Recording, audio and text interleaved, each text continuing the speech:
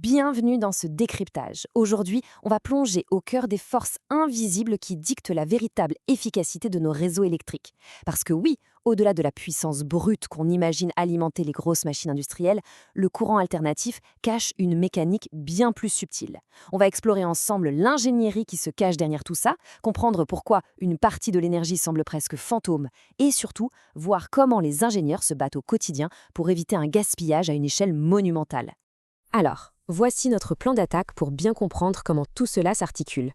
On va d'abord définir les trois puissances électriques, les modéliser avec le fameux triangle des puissances, puis on analysera le facteur de puissance, les impacts concrets d'un mauvais réseau, et on terminera sur la parade technique, la compensation par condensateur. C'est parti? Première étape, et c'est fondamental, les trois puissances en courant alternatif. En fait, en alternative, l'énergie électrique n'est pas un bloc unique, c'est vraiment une trinité. Trois forces qui bossent ensemble. D'abord, on a la puissance active, le P mesuré en watts. Ça, c'est la force pure, celle qui fait le vrai travail. Elle fait tourner les moteurs, elle chauffe, bref, elle a une réalité physique tangible. Ensuite, on a la puissance réactive, le Q, en volt-ampère réactif. Alors elle ne produit ni mouvement ni chaleur, mais attention, elle est absolument indispensable pour créer les champs magnétiques des moteurs et des transformateurs. Et enfin, la puissance apparente, le fameux S, en volt-ampère. C'est la combinaison des deux précédentes. Concrètement, c'est l'exigence totale, le volume global, que le réseau électrique doit être physiquement capable d'encaisser et de transporter. Mais d'où viennent ces différentes puissances? Eh bien, tout se jouait sur le déphasage entre le courant et la tension. Selon le type de composant qu'on branche, l'onde sinusoïdale réagit différemment. Sur une charge purement résistive, le courant et la tension sont parfaitement synchronisés. Par contre, si on met une charge capacitive, le courant va prendre de l'avance sur la tension. Et à l'inverse, avec une charge inductive, comme ces énormes moteurs asynchrones qu'on trouve partout dans l'industrie, eh bien là, le courant est à la traîne, il est en retard sur la tension. Et c'est exactement ce décalage temporel permanent qui crée le besoin en puissance réactive. Ce qui nous amène logiquement à notre deuxième point, comment visualiser tout ça avec le triangle des puissances? Il faut savoir que ces puissances ne s'additionnent pas bêtement comme 1 plus 1 fait 2. Elles agissent comme des vecteurs. Et ça s'illustre de manière spectaculaire avec le diagramme de Fresnel, le fameux triangle des puissances. À l'horizontale, on a notre puissance active, le P, le travail utile. À la verticale, on place la puissance réactive, le Q, et l'hypoténuse de ce triangle rectangle, c'est notre puissance apparente, S. L'angle entre P et S, c'est le célèbre angle phi. On comprend très vite que plus on a besoin de puissance réactive, plus la barre verticale s'allonge, plus l'angle phi s'ouvre, et plus l'hypoténuse S devient énorme. Arrêtons-nous une seconde sur cette énergie réactive, parce que c'est fascinant. Elle n'a aucune réalité physique, pas de chaleur, pas de mouvement. On pourrait croire à un bug ou une erreur de calcul, mais pas du tout. C'est une obligation imposée par les lois de l'électromagnétisme.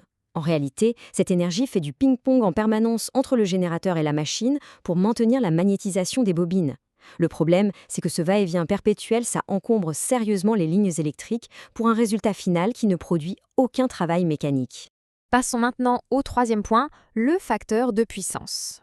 Pour savoir si une installation électrique est saine ou si elle est complètement saturée par ce ping-pong magnétique, il nous faut un indicateur. Cet indicateur, c'est le cosinus de l'angle phi, plus connu sous le nom de facteur de puissance.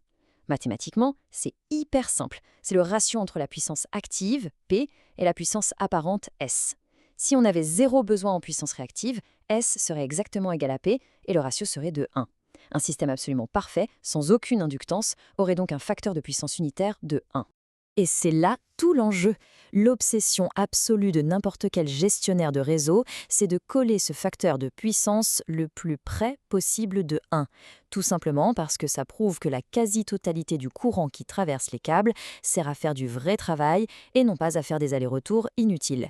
Pousser le COSFI vers 1, c'est la garantie d'optimiser l'infrastructure à son maximum et d'arrêter de gaspiller de la capacité de transport. Et si on ne le fait pas, c'est notre quatrième partie, l'impact catastrophique d'un mauvais réseau.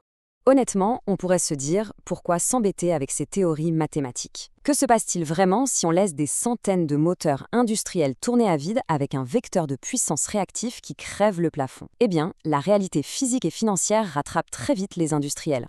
Dans la vraie vie, un mauvais facteur de puissance, c'est un cauchemar technique. Pour compenser ce besoin en énergie réactive, le réseau doit tirer beaucoup plus de courant. Résultat, les transformateurs de distribution se retrouvent en surcharge sévère.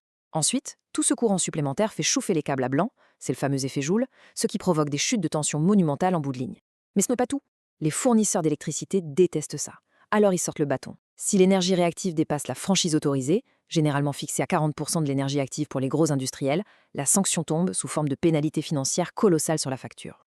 Heureusement, il y a une parade. 5e et dernière partie, la compensation par condensateur. Face à des câbles qui surchauffent et des factures qui explosent, on ne va pas s'amuser à changer tous les câbles d'une usine, ce serait ruineux. La solution est incroyablement élégante. Souvenez-vous, les moteurs induisent un retard du courant sur la tension. Eh bien, les condensateurs font très exactement l'inverse. Ils mettent le courant en avance. Donc, en branchant des condensateurs au plus près des machines, ils vont fournir localement cette puissance réactive. Les deux effets s'annulent localement. L'énergie réactive reste confinée entre le condensateur et le moteur, et le réseau principal, en amont, est totalement libéré de ce fardeau. En milieu industriel, il y a 2 grandes écoles pour déployer ça. Si l'usine a un petit besoin, disons moins de 15% de la puissance du transformateur, on part sur des condensateurs fixes, c'est simple et robuste.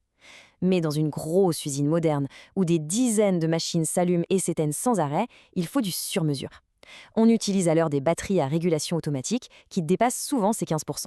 Elles sont intelligentes, elles analysent le déphasage en temps réel et connectent ou déconnectent des blocs de condensateurs pour s'adapter à la seconde près, gardant un COS-FI absolument parfait. Pour ancrer tout ça dans la réalité, prenons un chiffre exact issu des guides techniques. Imaginons une installation avec un très mauvais facteur de puissance de 0,8. On veut la remonter à un niveau sain, disons 0,93. Eh bien, la règle dit qu'il faut fournir très précisément 0,355 kVA réactif pour chaque kilowatt de puissance active en marche. C'est quasiment magique. Une simple multiplication permet de dimensionner instantanément l'armoire de condensateurs à commander. Un petit calcul basique pour résoudre un problème électromagnétique massif. C'est vertigineux de penser qu'un simple petit triangle mathématique régit les plus gigantesques infrastructures de notre planète et qu'un savant dosage de condensateurs suffit à éviter l'effondrement des réseaux. Mais si l'énergie réactive reste, quoi qu'il arrive, une condition physique incontournable pour faire tourner le moindre moteur, une grande question se pose pour l'avenir. Face à des réseaux mondiaux de plus en plus complexes, interconnectés et chargés d'énergie renouvelable intermittente, jusqu'où l'ingénierie et l'automatisation pourront-elles aller pour dompter ces forces invisibles qui oscillent en permanence ? La réponse à ce défi technique majeur façonnera sans aucun doute le paysage énergétique des prochaines décennies.